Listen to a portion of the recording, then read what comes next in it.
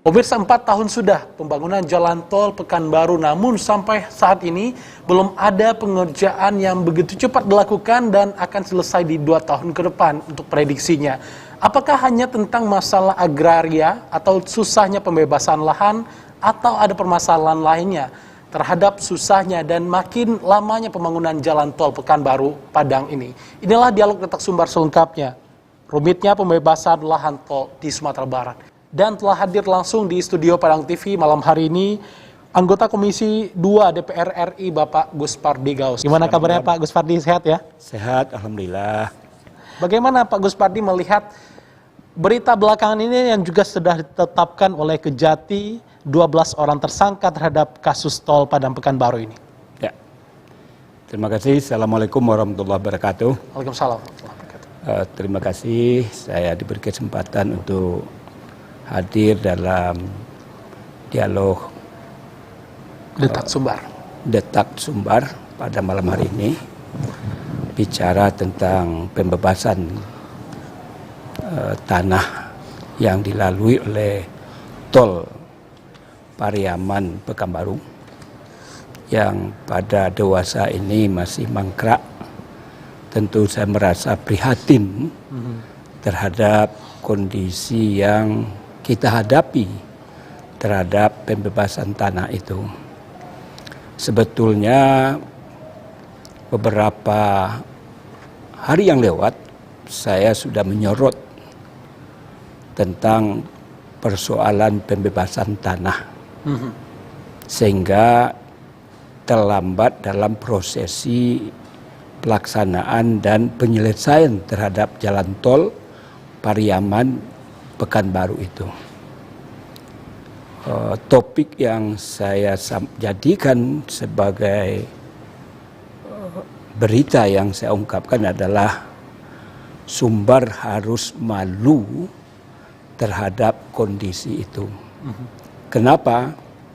Karena dari Aceh sampai ke Lampung, prosesi pelaksanaan jalan tol baik di Aceh, di Sumut, di Riau, Palembang, Lampung, itu proses pengerjaannya berjalan dengan baik, nyaris tidak ada kendala terhadap pelaksanaan jalan tol itu. Kita malah untuk si cincin bypass saja jumlah kilometer hanya 30 kilo, belum bisa kita tuntaskan karena persoalan tanah. Sebagaimana diungkapkan tadi, ternyata dalam pembebasan tanah ini di Pariaman terjadi kong kali kong, atau ada indikasi, bukan indikasi lagi, bahwa pihak kejaksaan sudah menetapkan 12 orang sebagai tersangka berkaitan terhadap pembebasan tanah untuk dilalui oleh jalan tol. Tentu ini lebih memprihatinkan lagi, karena tol itu sangat disorot oleh seluruh elemen masyarakat, di mana masyarakat berharap bagaimana pelaksanaannya bisa kita minimalisir terhadap persoalan-persoalannya dan bisa selesai tepat waktu. Ternyata sebagaimana dikatakan bahwa sudah 4 tahun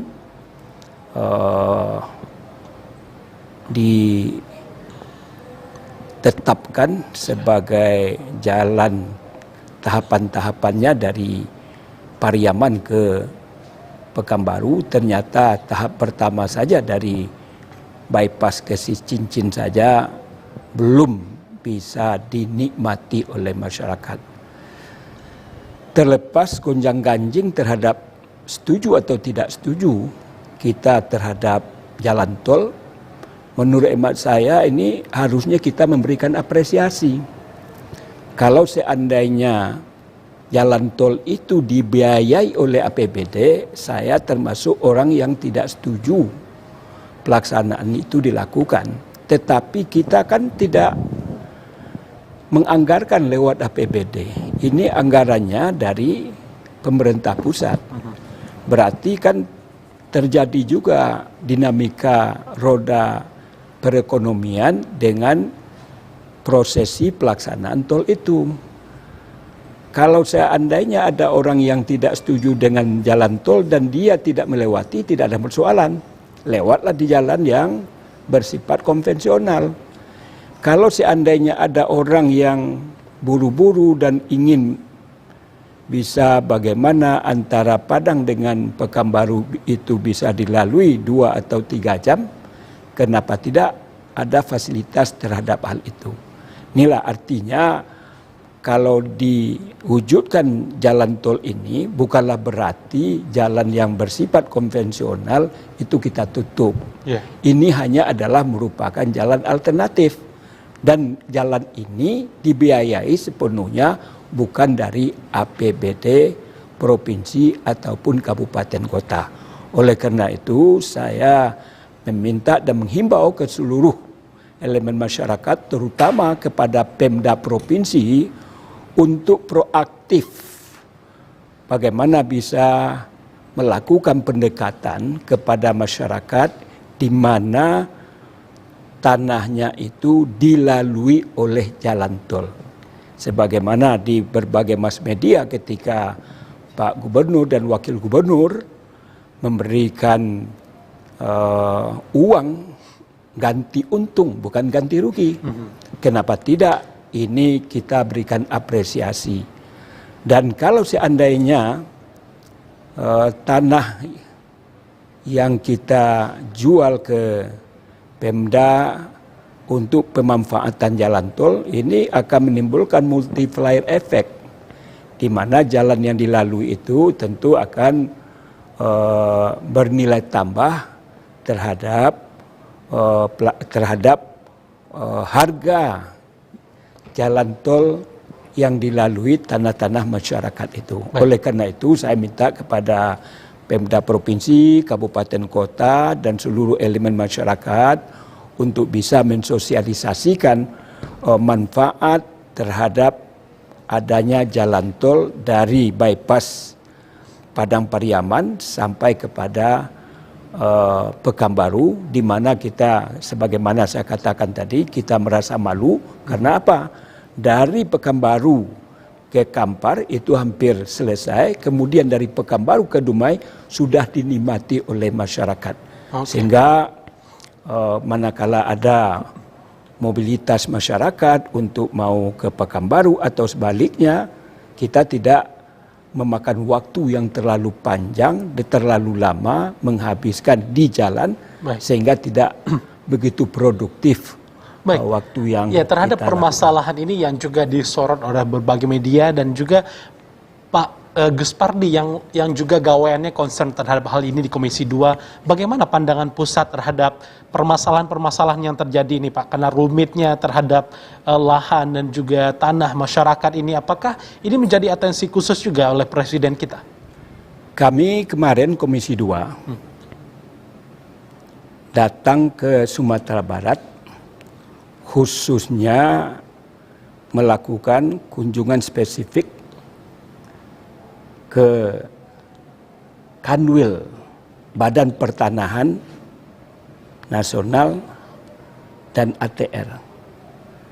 Hampir semua anggota DPR Komisi 2 itu ketika kita berdialog dengan Kakanwil dan seluruh kakan yang ada di kabupaten kota di Provinsi Sumatera Barat dan juga dihadiri oleh pihak pusat yang ketika itu diwakili oleh staf ahli, hampir semua kawan-kawan saya di Komisi 2 itu menyoroti dan mempertanyakan tentang pembebasan tanah yang dilalui oleh jalan tol dari bypass Padang Pariaman sampai dengan si Cincin terutama, dan juga mudah-mudahan secepatnya juga bisa sampai ke Pangkalan.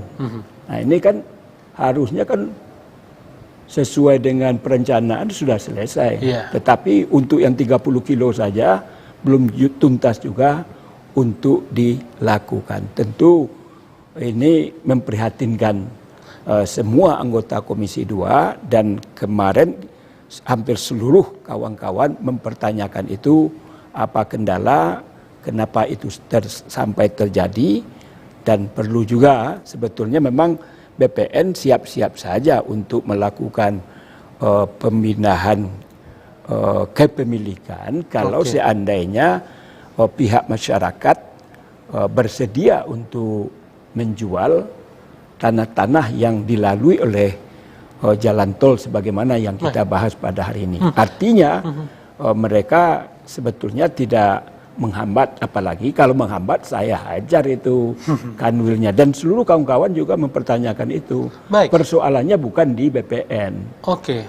Persoalannya adalah bagaimana perlu dilakukan pendekatan antara pemerintah dengan masyarakat. Artinya BPN di sini sudah bekerja sebagaimana mestinya, Pak?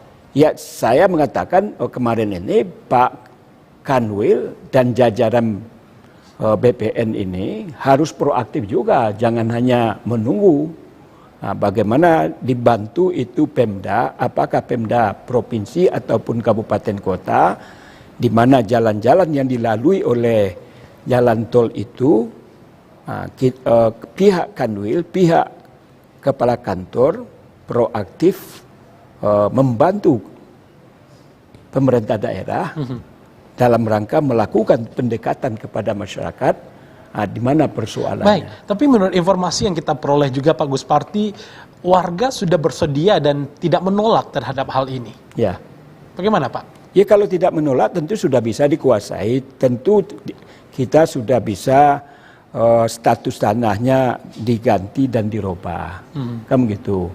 Memang persoalan tanah di kita ini kan nggak sama dengan daerah-daerah di provinsi lain, di mana tanah-tanah itu adalah pertama milik negara, kedua adalah kepemilikannya hak milik pribadi sehingga gampang untuk melakukan pendekatan. Yang disumbar adalah tanah ulayat. Itu kebanyakan itu adalah tanah ulayat, apakah tanah ulayat suku, tanah ulayat nagari, tanah ulayat jorong dan lain sebagainya. Oleh karena itu yang paling penting itu adalah Pemda melakukan pendekatan kepada tokoh-tokoh masyarakat. Bagaimana kita mampu menyampaikan dan mensosialisasikan betapa pentingnya jalan tol ini, di mana jalan tol tersebut pembiayaannya bukanlah dari APBD. Baik. Tahan sebentar, ini ada mungkin tanggapan dari Pak informasi Gusparti. yang Dinda sampaikan bahwa digorengnya persoalan jalan tol dipindahkan ke tempat yang lain. Pemindahan itu dikarenakan oleh rumitnya, sengkarutnya persoalan pembebasan tanah. Jadi bukan adanya gagasan dulu. Semua alat-alat itu sudah berada di kawasan Sumatera Barat. Saya ini orang bisnis. Kalau barang-barang itu, alat-alat itu ada di tempat yang dari bypass ke Cicin tidak maksimal penggunaannya, tentu kosnya menjadi tinggi, mubazir. Karena pemanfaatannya tidak maksimal, lalu dibuatlah kebijakan oleh Pimpro, di mana alat-alat itu tentu lebih bermanfaat digunakan tempat-tempat tol yang lain antara Aceh sampai ke Lampung. Jadi jangan dibalik. Jadi artinya apa? Ada kasusnya dulu baru dibuat kebijakan. Kemarin pun saya ketemu dengan Wagub di BIM, di FIP. Saya tanya tentang persoalan bagaimana prosesi pelaksanaan. Beliau mengatakan sampai detik ini prosesi pelaksanaan penyempurnaan dan penyelesaian tanah bypass Cicin tetap jalan. Cuman jalannya tidak seperti di tempat-tempat lain. Jalannya mangkrak. Kenapa mangkrak? Karena penyelesaian tanah belum bisa dilakukan oleh pemerintah, baik provinsi ataupun kabupaten kota. Kalau tadi kemarin itu disampaikan, Tetap jalan Pak Guspadi, jalan antara bypass ke si Cincin itu, cuman tidak maksimal. Baik. Nah, jadi tolong ini jangan salah paham Dinda dalam menyikapi kenapa dibalik-balik gitu. Saya mau minta tanggapan dari Pak Guspardi. Apakah memang BPN berjalan sendiri sejauh ini, Pak, yang sudah berjalan? Pertama kita harus paham dulu apa tugas, fungsi, dan wewenang BPN. Apakah BPN itu turut serta dalam pembebasan tanah? Yang pertama itu dilakukan adalah, saya katakan tadi, pertama perlu dilakukan sosialisasi. Benar apa yang disampaikan oleh Adinda tadi, persoalan yang di Payakumbuh. Juga yang disampaikan oleh Dinda Wendra, bahwa harusnya pemerintah kabupaten dan kota beserta provinsi, jalan yang dilalui itu harus disosialisasikan kepada elemen masyarakat, terutama kepada bupati, kepada Pak Camat, kepada wali nagari. Lalu lewat wali nagari mereka melakukan pendekatan kepada masyarakat. Masyarakat mana? Masyarakat yang tanahnya dilalui. Jadi nggak perlu semuanya. Baik. Oleh karena itu petanya itu harus jelas. Betul itu. Kemarin saya tanya kepada Pak Wagub, Pak Wagub, jangan kita berhenti dalam menyelesaikan tol ini hanya bypass si Cincin. Tolonglah juga lakukan sosialisasi, sehingga apa? Nanti kalau sudah ada tahapan-tahapan berikutnya, anggarannya juga ada, bisa dimulai misalkan dari Pangkalan ke daerah lain gitu. Ke daerah lain atau bagaimana. Jadi kan bisa dipersambungkan itu, karena sudah ada petanya. Mana yang sudah kita selesaikan. Oleh karena itu saya setuju dengan Dinda Wendra, kemudian ada Dinda yang masih muda, siapa nih namanya nih? Tommy. Bahwa yang paling penting itu adalah perlu dilakukan sosialisasi. Memang saya pun juga marah kalau seandainya di belakang rumah saya itu dipatok aja garis merah dan lain sebagainya. Sebelum dipatok itu Pak Wali Nagari atau Jorong sebulan sebelumnya sampaikan, Bapak Ibu, kita bangga jalan tol itu lewat rumah kita. Iya. Itu kan bangga kita. Iya. Hebatnya lagi apa? Bahwa sekarang ini namanya tidak ganti rugi, ganti untung. Itu saya baca di koran hari ini. Oleh karena itu bergembiralah kita. Nanti kalau seandainya ada petugas-petugas yang menandai, pertama tentu saya minta kepada Bapak Ibu yang tanahnya dilalui itu ada pembebasan, nilainya kita tidak akan dirugikan karena ada appraisal yang menentukan. Kemudian tidak 1 sen pun uang ibu diambil oleh siapapun. Ini penting. Masalah trust ini kan juga penting disampaikan. Karena apa? Sudah menjadi momok di tengah-tengah masyarakat, manakala masyarakat menerima uang, ada-ada saja penguntil terhadap dana yang akan dia dapatkan.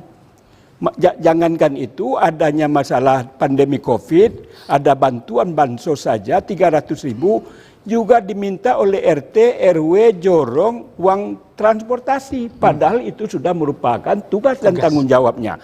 Inilah yang perlu dijelaskan kepada masyarakat. Artinya apa? Optimisme, kemudian keuntungan yang didapatkan, dan perlu juga disosialisasikan sejauh-jauh hari, sehingga kalau ada patokan merah-merah sebagai pertanda jalan yang dilewatkan, nanti Bapak Ibu tolong dipahami. Tapi kalau seandainya tanpa permisi, tanpa macam-macam, tentu kita siapapun pasti marah itu. Tidak hanya orang Minang ya Pak Guspardi ya. Kemudian Adinda Prof, saya terkesan tadi bahwa Prof melakukan pembenaran terhadap keterlambatan. Menurut hemat saya tentu kita perspektifnya dibalik Prof. Apa perspektifnya? Perspektifnya adalah sebagaimana saya katakan di berbagai mass media, bahwa kalau lebih cepat kan lebih bagus. walaupun misalkan di Gorontalo dan lain sebagainya ada keterlambatan, kenapa kita tidak tiru yang cepat? Walaupun memang dikatakan berbeda. Kondisi tanah itu, misalkan di Riau dikatakan tadi, bahwa di Riau pada umumnya jalan yang dilalui itu adalah tanahnya negara, tentu tidak rumit dan sulit untuk melakukan. Baik. Dan yang paling penting itu memang sebetulnya adalah pendekatan, baik yang disampaikan oleh Adi dan Wendra tadi, begitu juga apa yang disampaikan oleh Pak Sayuti sebagai Ketua Elkam. Artinya tidak ada persoalan yang tidak bisa diselesaikan, yang penting itu adalah pendekatan. Baik. Nah, jadi masalah BPN hanya bukan beliau yang mengurus tentang persoalan pembebasan tanah. Kalau sudah ada informasi yang disampaikan oleh pemerintah kabupaten kota dan lain sebagainya, tentu dari bawah informasi itu didapat, kemudian dilakukan ganti rugi. Setelah itu clear semua, baru BPN melakukan pencatatan bahwa tanahnya itu sudah bisa diproses untuk dilakukan pembalikan kepemilikan. Begitu. Saya Oktavio Febiasa beserta kru yang bertugas pamit undur diri. Wassalamualaikum warahmatullahi wabarakatuh. Selamat malam dan sampai jumpa.